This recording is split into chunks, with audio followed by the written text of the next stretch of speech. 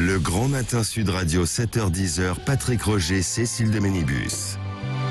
Comment se simplifier la vie? La France presque championne du monde des normes. Il y a des normes et trop de normes tue la norme. Pour en parler, Gaspard Koenig est avec nous, mais il est toujours là.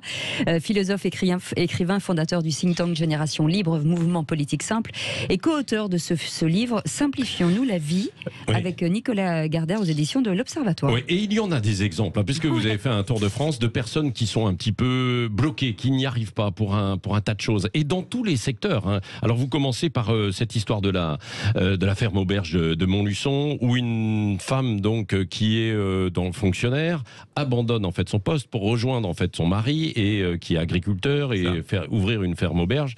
Et alors là, c'est le casse-tête administratif, l'enfer finalement. Oui, c'est un exemple qui m'avait beaucoup frappé parce que une ferme auberge, c'est bien, ça fait revivre un village où il n'y avait plus d'activité commerciale.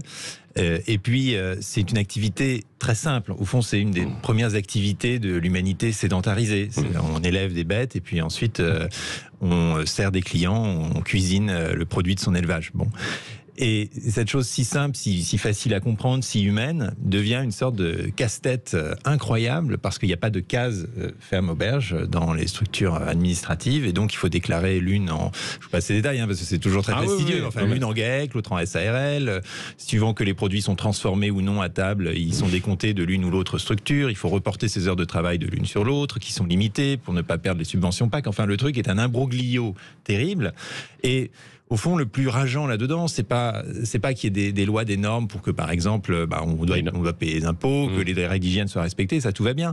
Mais c'est qu'en fait, c'est le millefeuille en fait. Personne n'est responsable de système. Personne ne peut justifier ça. C'est simplement que c'est tellement complexe que la dame, elle est complètement perdue dans un univers normatif dans lequel personne ne l'aide. C'est-à-dire que l'administration ne va pas la conseiller en disant il faut faire ci, il faut faire ça. On sait que c'est un peu... Alors c'est ça. Oui, parce qu'il y a les directives européennes.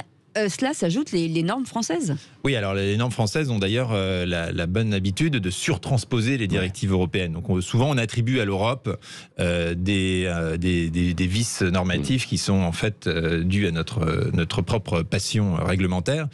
Et ce que je veux dire, c'est à travers cet exemple, c'est que c'est une dame qui finalement passe maintenant 5 heures par jour à faire la comptable d'elle-même, c'est-à-dire à enregistrer ses propres actions, à se valider, à demander des certificats, des autorisations, à s'assurer qu'elle est dans les clous, dans une insécurité juridique perpétuelle.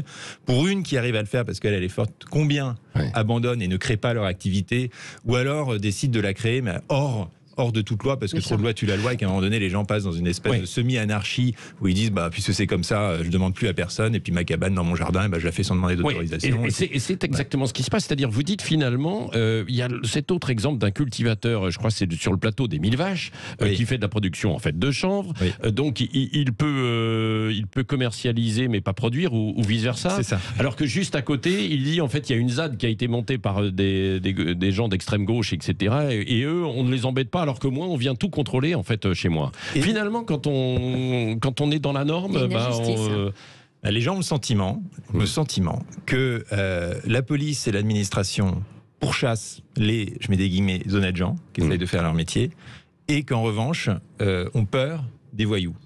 Et ça crée une défiance terrible vis-à-vis de l'état de droit. Parce qu'on dit au fond, l'état de droit, c'est moi qu'on vient constamment pourchasser alors que j'essaye de faire des choses correctes. Et en revanche, là où il y a vraiment des problèmes, il n'intervient pas.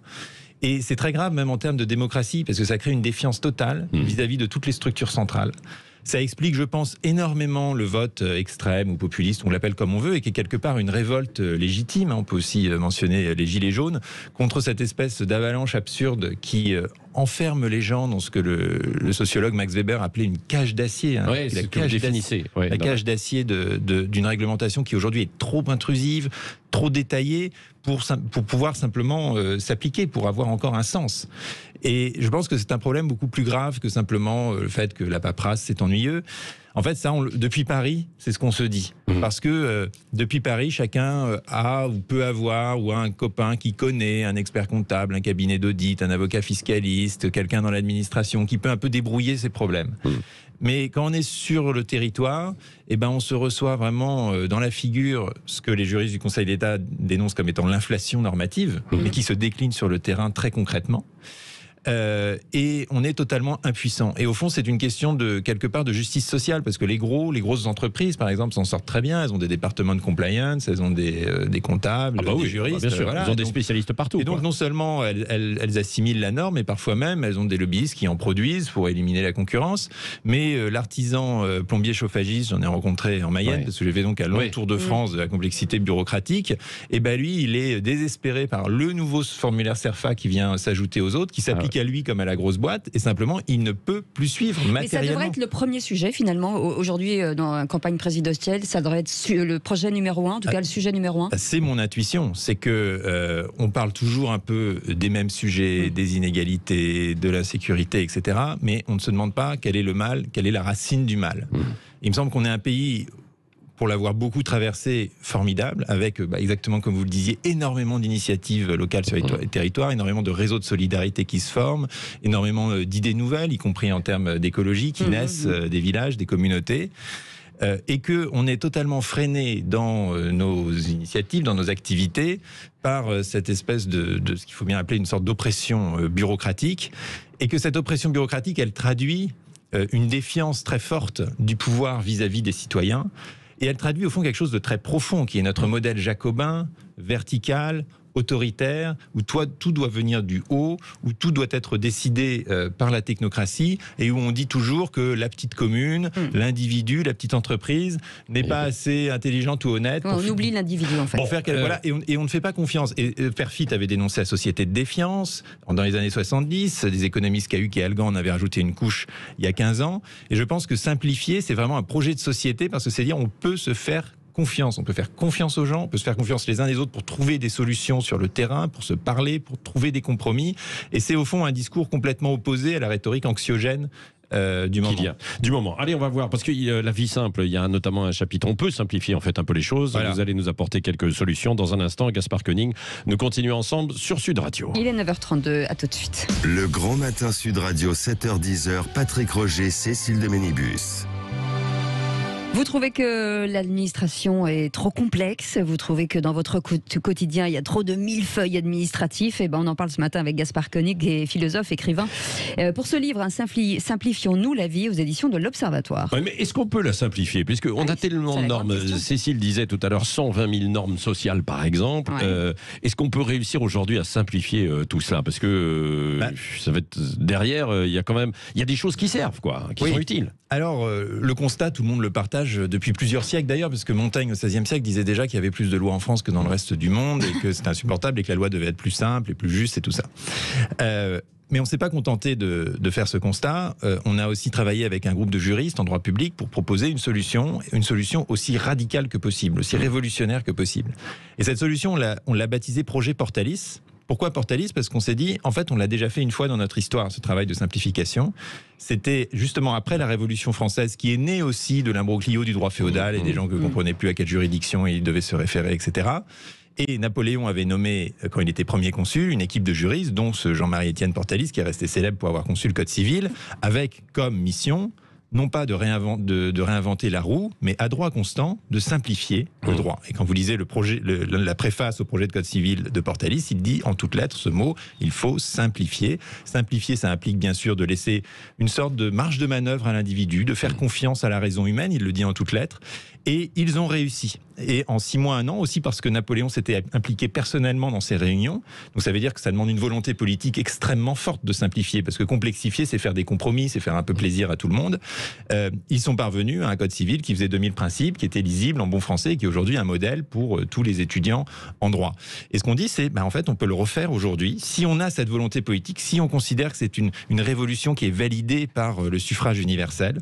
Et ce qu'on propose, c'est non pas, comme on l'entend beaucoup et comme on a essayé de le faire dans chaque gouvernement, et évidemment ça ne marche pas, d'aller regarder quelles normes on enlève. Oui, la simplification administrative, parce que ça fait quand même 15 ans qu'on dit à chaque fois, alors là on est en train de simplifier. J'ai parlé avec tous les héros, si je puis dire, de ce domaine, tous les gens comme Poitrinal, Mandon, Alain Lambert, qui ont passé des années à lutter, qui parfois ont été à la tête de commissions pour enlever des normes, mais c'est pas possible d'enlever des normes, parce qu'on en enlève une, il y en a 2 qu'on rajoute pour maintenir maintenir un équilibre, il y en a 4 qui reviennent par la fenêtre. Donc nous, on pose une question C'est une inverse. vraie révolution, alors vous. On pose une question inverse, on dit quelles normes on garde. Ouais. Et donc on fait remonter de tous les codes, de tout ce droit, les grands principes, comme Antoine Lyon-Caen et Robert Badinter l'avaient fait pour le droit du travail. On fait remonter les grands principes et après on dit, seuls les grands principes ont valeur législative et tout le reste on enlève. Ouais. Et avec cette méthode-là, on divise par 100 le nombre de normes en France.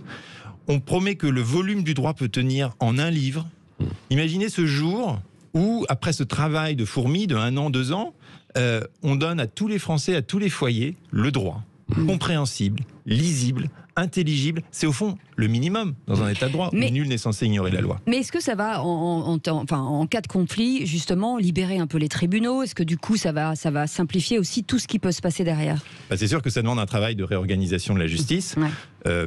Parmi les propositions qu'on fait, il y a l'extension des procédures de médiation. Et il est assez fascinant de voir qu'aujourd'hui, pour les petits litiges de moins de 6 000 € où la médiation est obligatoire, ça marche. 75% des affaires sont résolues au niveau de la médiation. Parce que quand vous mettez les gens qui ont un problème de haies trop hautes, de chiens qui aboient, de nuisances diverses et variées, quand vous les mettez dans une pièce, mais de manière institutionnalisée, avec un médiateur qui est là pour gérer un peu le conflit, eh bien, les gens commencent à se parler, commencent à se comprendre. Et là, ils n'ont plus besoin de la norme, ils n'ont plus besoin de savoir si la loi dit que la haie doit être à 2 mètres, 2 mètres 50, 1 mètre 5, 1 mètre 5, parce que la norme, ça devient un accord. Voilà, exactement. Et en fait, la norme, c'est quand on a déjà perdu, en fait, qu'on se réfère à la norme. Et ben, ils trouvent une solution intelligente entre êtres humains. Et oui, ça demande un peu d'optimisme, ça demande un peu de foi dans la nature humaine. Ça veut dire, si le processus et de bon sens. est bien encadré, et de bon sens. Et le bon sens, c'est quelque chose de, je pense, fondamental dans cette idée-là, parce que les gens, ils sont révoltés quand une norme absurde ne s'applique pas. Ils sont révoltés parce que ça va à l'encontre du bon sens. Et le bon sens, c'est quelque chose de très profond. Descartes en parlait. Et c'est justement ce qu'un robot ne pourra jamais avoir, le bon sens. Yann Lequin, qui est un des grands spécialistes d'intelligence artificielle, dit toujours l'intelligence artificielle, il y a une chose qu'elle n'aura jamais, c'est le bon sens. Le bon sens, c'est ce qui nous rend humains. Oui, mais est-ce qu'on n'est pas à la veille, justement, de cette intelligence artificielle qui va nous encercler, j'utilise justement ce terme, nous encercler totalement, et qu'il y a tellement en fait d'articles que pour n'importe quoi on ira avec l'intelligence artificielle encore plus vite que les avocats, que les magistrats, que les juristes, chercher en fait des petits articles, et on ne va pas simplifier en fait les choses. Je pense que justement c'est ce qu'il ne faut pas faire, c'est-à-dire dire comme c'est très complexe, on va demander à des intelligences artificielles d'interpréter le droit pour nous. Absolument. Et là on va devenir nous-mêmes robots en fait. Et c'est pour ça que je plaide pour ce travail national, ce grand projet de société de simplification. Je pense que si le prochain gouvernement passait 5 ans à faire moins plutôt que plus, il aurait bien davantage rendu service au pays que d'inventer encore un énième plan de transformation qui rajoutera des couches de bureaucratie à celles qui existent déjà. Et je pense que voilà, c'était le message de Pompidou quand il disait de manière un peu brutale, arrêtez d'emmerder les Français. Mais ce qui est intéressant, c'est la suite de la phrase. Quand il dit laissez-les vivre un peu et vous verrez que tout ira mieux. Mais est-ce que vous ne pensez pas qu'on va se heurter aussi à beaucoup de lobbies, d'intérêts, à la fois chez les juristes, je le disais aussi, mais aussi dans un tas d'autres secteurs où on se réfugie finalement derrière ces normes, quoi. Et puis on les a tellement accumulées. Quand je vois l'exemple, par exemple, de la personne qui va aller chercher de l'argent liquide, qui vous dit je voudrais prendre de l'argent liquide en fait à la banque et retirer ce que je veux et j'en fais ce que je veux. Eh ben non, ce n'est pas possible. Donc on a inclus ça aussi dans les règlements de la banque. Donc c'est difficile après de les changer, quoi. Oui, c'est difficile, mais c'est pour ça que ça doit être un projet de société. Et je dois dire que ce projet ne pourra se faire qu'avec l'administration. C'est pas du tout un projet contre l'administration. Je propose pas d'ailleurs de réduire le nombre de fonctionnaires. Je propose de les remettre sur le terrain, dans des maisons du citoyen où ils auront un pouvoir décisionnaire au plus petit niveau. Et aujourd'hui, les fonctionnaires eux-mêmes font ce constat. On a travaillé avec des conseillers d'État qui font des rapports tous les 5 ans publiés par le Conseil d'État en disant c'est pas possible, l'inflation normative ça tue l'état de droit, bon, ça crée de l'injustice, etc. Les fonctionnaires de terrain, les policiers, les infirmières, les infirmiers, les profs nous envoient des messages parce qu'on avait ouvert un site où les gens pouvaient poster leur histoire, mais nous envoient des messages aussi parce qu'eux-mêmes vivent la même chose. Et donc l'administration aussi cherche du sens dans son métier. Le sens, c'est d'être au plus proche du citoyen pour véritablement l'aider et pour avoir aussi une marge de décision, une démarche d'autonomie dans laquelle le fonctionnaire peut dire ça je valide pas. Sur un sujet qui intéresse les Français, c'est la voiture. On comprend plus rien en fait. Les Français savent plus ce qu'ils doivent acheter comme voiture, ils savent plus s'ils doivent rouler à 30, dans une ZFE, pas dans machin, pas dans les villes, voilà. Et ça aussi, ça participe aussi, et ça a une incidence forcément sur les vendeurs de voitures, et parce qu'il y a trop de normes, parce qu'on ne sait plus à quel moment on aura le droit d'utiliser du thermique, plus du thermique. Est-ce que ça non plus, il y a un moment donné, il ne faut pas simplifier tout ça? C'est Pompidou, justement, encore lui, qui disait si vous voulez réduire le nombre d'accidents de la route, il faudrait d'abord simplifier le code de la route. C'est ça.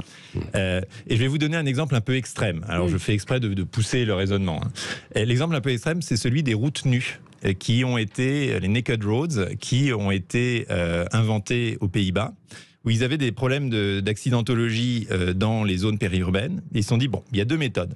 Soit on bride tout, on met des caméras partout, on met des interdictions partout, et puis effectivement, ça réduira le nombre d'accidents. Soit on fait, et c'est ce qu'ils ont tenté, exactement l'inverse. C'est-à-dire qu'on enlève tout. On enlève tout interdit, on enlève même les bandes au sol dans la rue, les bandes blanches. On fait juste une espèce de grande plaque de bitume. Débrouillez-vous. Où les gens doivent prendre leurs responsabilités, quelque part. Tout d'un coup, ils arrivent sur une route nue. Et ce qui est vraiment fascinant, c'est de voir que ça marche. C'est-à-dire que le taux d'accident se réduit, parce que quand les types arrivent là-dessus, tout d'un coup, ils comprennent qu'ils ont en main un engin qui va vite. Voilà, et ils commencent à regarder un peu partout. Alors ça peut pas se faire partout, là, c'est des zones périurbaines spécifiques. Voilà. Mais ça donne un peu la logique de ce genre de raisonnement, c'est-à-dire vous créez institutionnellement l'espace pour que les gens se responsabilisent et exercent leur jugement. Bon, vous auriez pu l'appeler arrêtez de nous, voilà. Oui, c'est un peu ça. Mais en tout cas, on l'a déjà pris. C'est subliminal. Simplifions-nous la vie. Gaspard Koenig et Nicolas Gardère, c'est aux éditions de l'Observatoire. Vous vous lancez dans la course à la présidentielle aussi, hein? En tout cas, je me lance en politique puisque à travers cette œuvre de récolte des normes, puisqu'on a fait donc une grande campagne de terrain pour aller voir les gens sur le territoire, pour comprendre ce qui se passe, on s'est dit on peut pas laisser ça comme ça, on peut pas faire une énième œuvre de think tank ou une bonne proposition qui sera encore lettre morte, parce que ça fait 10 ans que je fais ça dans le débat public et j'ai compris qu'à un moment donné il faut peser, il faut avoir des troupes pour avoir véritablement de l'influence. Et donc on a fondé un parti politique. Ce parti s'appelle Simple, vieplussimple.fr. Et il doit pousser ce sujet parce qu'à partir de ce sujet, on peut tirer énormément de fils qui conduisent à énormément de réformes. Par exemple, pour simplifier le millefeuille territorial, il faut donner plus d'autonomie locale, d'autonomie démocratique, d'autonomie fiscale aux collectivités. Donc, en fait, on peut presque aborder l'ensemble des sujets de politique publique à travers ce prisme très puissant et très facile à comprendre au fond de la simplification. Et donc nous essayons de forger une œuvre politique crédible qui quelque part sera le seul parti à revenir ou à dénoncer explicitement le paradigme jacobin. C'est-à-dire nous sommes un parti de décentralisateurs radicaux. Dans ce grand espace du centre, nous pouvons faire des propositions qui sont des propositions vraiment révolutionnaires.